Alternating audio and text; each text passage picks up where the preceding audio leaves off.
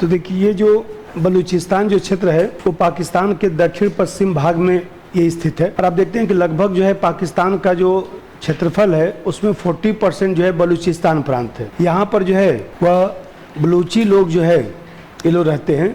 बलूची का मतलब यहाँ पर यह है कि ये लोग जो है सुन्नी मुस्लिम है, तो ये लोग जो है यहाँ पर बलूची लोग जो है यहाँ पर रहते हैं। जो आप लोग नीले आंख वाला व्यक्ति देखते हैं टीवी में, तो सामान्यतः ये लोग जो है नीले आंख वाले लोग होते हैं। और ये जो क्षेत्र है 3.5 लाख वर्ग किलोमीटर तक फैला हुआ है। अब ये क्यों हम लोगों के लिए महत्वपूर्ण है, क्योंकि आप जानते हैं कि बलूचिस्तान जो है शुरुआती दौर में औपनिवेशिक काल में जो है अंग्रेजों के नियंत्रण में था और अंग्रेजों के जाने के बाद इस क्षेत्र के जो राजा थे नवाब खान, तो नवाब खान ने जो है स्वतंत्र होने की घोषणा कर दी। अब चूंकि दूसरे क्षेत्र में पड़ता था, अन्यथा भारत में ही विलय की बात वो करते थे शुरुआती दौर में, तो उनका यही मानना था कि हम भी भारत में विलय करेंगे। लेकिन अब कैसे हो सकता है, चूंकि आप जानते हैं कि अफगानिस्तान की सीमा लगती है, तो इसके कारण उन्होंने जो है स्वतंत्र होने की घोषणा कर दिया। अब जानते हैं कि पाकिस्तान ने वहाँ पर सैनिक कार्रवाई किया और सैनिक कार्रवाई करके जो है वह राजा पर दबाव बनाया गया और विलय पत्र पर हस्ताक्षर करा लिया गया। जैसे राजा हरि सिंह ने विलय पत्र पर हस्ताक्षर किया, उसी तरह से उन्होंने भी विलय पत्र पर हस्ताक्षर कर दिया और इस तरह से पाकिस्तानी सेना ने उनको बाध्य कर दिया।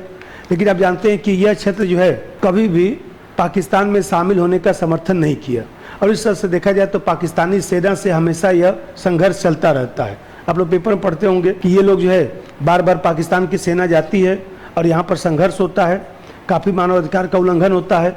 इन लोगों ने जो है वो देखा जाए तो प्रधानमंत्री को पत्र लिखकर ये कहा था कि भाई हम लोग को जो है स्वतंत्रता दिलाया जाए। और जानते हैं कि यूएनओ में भी अब चूंकि जो बलूची लोग हैं ये लोग विश्व स्तर पर काफ़ी समृद्ध हैं, अमेरिका हुआ, ब्रिटेन हुआ, फ्रांस हुआ, तमाम देशों में रहते हैं, तो ये लोग जो है विश्व स्तर पर जा जाकर जो है अपना आंदोलन भी करते हैं कि हम लोग को स्वतंत्रता दिया जाए। और चूंकि भारत सरकार से इन्होंने कहा कि भाई भारत सरकार हमारी मदद करे। और आप जानते हैं कि चीन जो है जो ग्वादर बंदरगाह है वो इसी क्षेत्र में पड़ता है, तो ग्वादर बंदरगाह जो इसी क्षेत्र में पड़ता है तो चीन भी अत्याचार यहाँ पर करता है। और ये जो बलूचिस्तान है ये खनिज संसाधन क्षेत्र है, तेल उत्पादन क्षेत्र है और ऐसी दिशा में जो है उपजाऊ भूमि भी रखता है। तो ऐसी स्थिति में जो है देखा जाए तीन लोग के ऊपर जो अत्याचार चलता है उसके कारण ये क्षेत्र जो है विवादित दिखाई देता है। चाला लिखिए भूमिका। यह क्षेत्र पाकिस्तान के दक्षिण पश्चिम भाग में स्थित है और लगभग पाकिस्तान का 40% भू क्षेत्र रखता है। यहाँ बलूची ब्रैकेट में सुन्नी मुस्लिम, यहाँ बलूची लोग रहते हैं। यह क्षेत्र 3.5 लाख वर्ग किलोमीटर तक फैला हुआ है, सामरिक राजनीतिक महत्व रखता है और प्राकृतिक संसाधनों से समृद्ध क्षेत्र है। अब जैसे समझिए यहाँ पर जो है समस्या क्या स्वरूप है उसके बारे में थोड़ा जानना है। तो देखिए समस्या का ये स्वरूप है कि जब अंग्रेजी काल में था तो मैं बताया कि अंग्रेजों के जाने के बाद यहाँ पर जो है जो राजा थे उन्होंने स्वतंत्रता की घोषणा कर दी, लेकिन सैन्य कार्रवाई किया गया और ऐसी दिशा में जो है वो देखा जाए तो विलय कर लिया गया। लेकिन यहाँ के लोग जो है वो स्वतंत्रता की मांग करते हैं। नंबर 1 समस्या का स्वरूप, औपनिवेशिक काल में यह क्षेत्र अंग्रेजों के नियंत्रण में था और अंग्रेजों के जाने के बाद यहाँ के राजा नवाब खान ने स्वतंत्र होने की घोषणा की, लेकिन पाकिस्तान ने सैन्य कार्रवाई करके इस क्षेत्र को मिला लिया। राजा ने विलय पत्र पर हस्ताक्षर किया, लेकिन वर्तमान में यहाँ के लोग स्वतंत्रता के लिए संघर्ष कर रहे हैं। अब दूसरी समस्या देखिए, भाई स्वतंत्रता के लिए संघर्ष तो चलिए ठीक है, ये तो इन लोगों का अधिकार है, लेकिन अब इन लोगों ने क्या किया, बलूची मुक्ति संगठन का गठन किया। तो बलूची जो मुक्ति संगठन या बलूचिस्तान मुक्ति संगठन का जो गठन किया गया उसको दबाने के लिए पाकिस्तान की सेना जो है कार्रवाई करती रहती है और जब से विलय हुआ उसके बाद निरंतर कार्रवाई होती रहती है। साल 2 साल पर पाकिस्तानी सेना यहाँ कार्रवाई करती है और यहाँ पर जो है मानव अधिकार का उल्लंघन होता है। बच्चे, महिलाएं, चाहे मान लीजिए हत्या कर देना, नरसंहार कर देना, इस तरह की यहाँ पर सामान्य घटना है। नंबर 2, बलूची लोगों ने अपने संघर्ष को सुदृढ़ करने के लिए विद्रोही गुट का निर्माण किया है और पाकिस्तानी सेना इन लोगों पर अत्याचार करती है जिससे मानव अधिकार का उल्लंघन हो रहा है। तीसरी समस्या देखिए, जैसे आप देखते हैं कि 1960 के बाद जो है अनुसंधानकर्ताओं ने ये बताया कि यहाँ पर प्राकृतिक गैस भंडार है, यहाँ पर खनिज तत्व है, यहाँ पर तेल भंडार है। जब ये सब बताया तो आप जानते हैं कि पाकिस्तान का और चीन का संबंध जब मजबूत हो गया, ऐसे सामने चीन की कंपनियां यहाँ पर जो है खूब दोहन करती हैं, तेल का उत्पादन भी होता है, यहाँ पर सोना भी पाया जाता है, हीरा भी पाया जाता है, तमाम खनिज तत्व हैं। और इस तरह से देखा जाए तो पाकिस्तान और चीन दोनों जो है यहाँ का शोषण करते हैं, लेकिन यहाँ का विकास नहीं करते। पाकिस्तान यहाँ का कोई विकास नहीं करता क्योंकि उसको पता है कि यदि हम विकास कर देंगे तो यह क्षेत्र संपन्न होकर अलग हो जाएगा, आज नहीं तो कल इसको अलग ही होना है।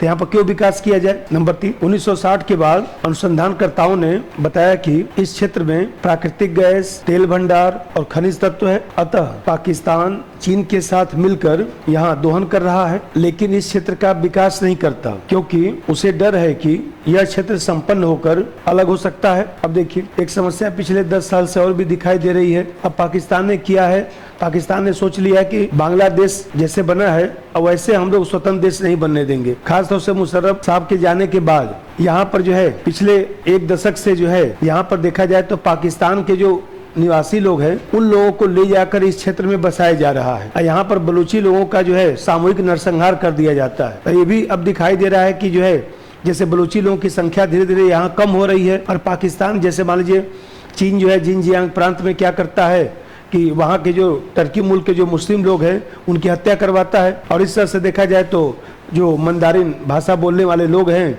जो हान जाति के लोग हैं, चाइना की जो मूल संस्कृति है वो हान जाति के लोग हैं, तो हान जाति के जो लोग हैं उनको ले आकर जो है वहाँ पर जिनजियांग प्रांत में बसा रहा है।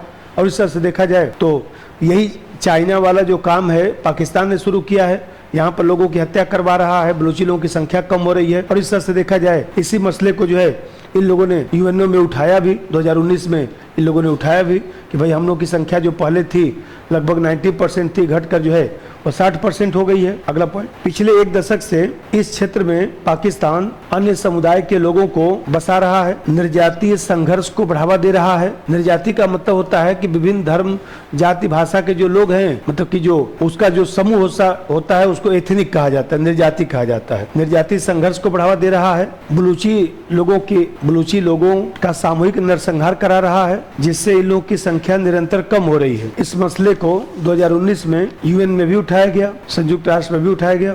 अब देखिए, अब इसका मूल्यांकन ये लिखा जाएगा कि ये समस्या पाकिस्तान का अंदरूनी समस्या है, लेकिन भारत को इसमें हस्तक्षेप करने की आवश्यकता इसलिए महसूस हो रही है क्योंकि भारत में बड़ी मात्रा में जो है बलूची लोग जो है रहते हैं। और ऐसी दिशा में जो है आप जानते हैं कि ये लोग काफी संपन्न हैं। कनाडा हुआ, अमेरिका हुआ, फ्रांस हुआ, तमाम देशों में लोग रहते हैं। इन लोगों का तमाम मल्टीनेशनल कंपनियां भी चलता है और यही लोग आंदोलन को बढ़ावा देने के लिए पैसा फंडिंग भी करते हैं, हथियार भी देते हैं। तो ऐसे दिशा में देखा जाए तो अन्य पश्चिमी देश भी जो है वह पाकिस्तान की आलोचना इस मुद्दे पर करते हैं। और सबसे बड़ी बात है कि मान लीजिए बलूचिस्तान में यदि समस्या उत्पन्न होगा तो वहां से लोग भागकर भारत में आएंगे, तो भारत में आएंगे तो फिर शरणार्थी समस्या उत्पन्न होगा। इसलिए जो है भारत के लिए अप्रत्यक्ष रूप से यह समस्या बना हुआ है, क्योंकि मान लीजिए यहाँ अत्याचार होगा तो बलूची जो लोग रहते हैं उनके रिश्तेदार जितने लोग हैं आना शुरू कर देंगे। जब आना शुरू कर देंगे तो भारत कितना मना करेगा। मूल्यांकन लिखिए, यह समस्या पाकिस्तान की घरेलू समस्या है, पहला चीज करके। फिर भी भारत को इसमें हस्तक्षेप करने की आवश्यकता महसूस हो रही है क्योंकि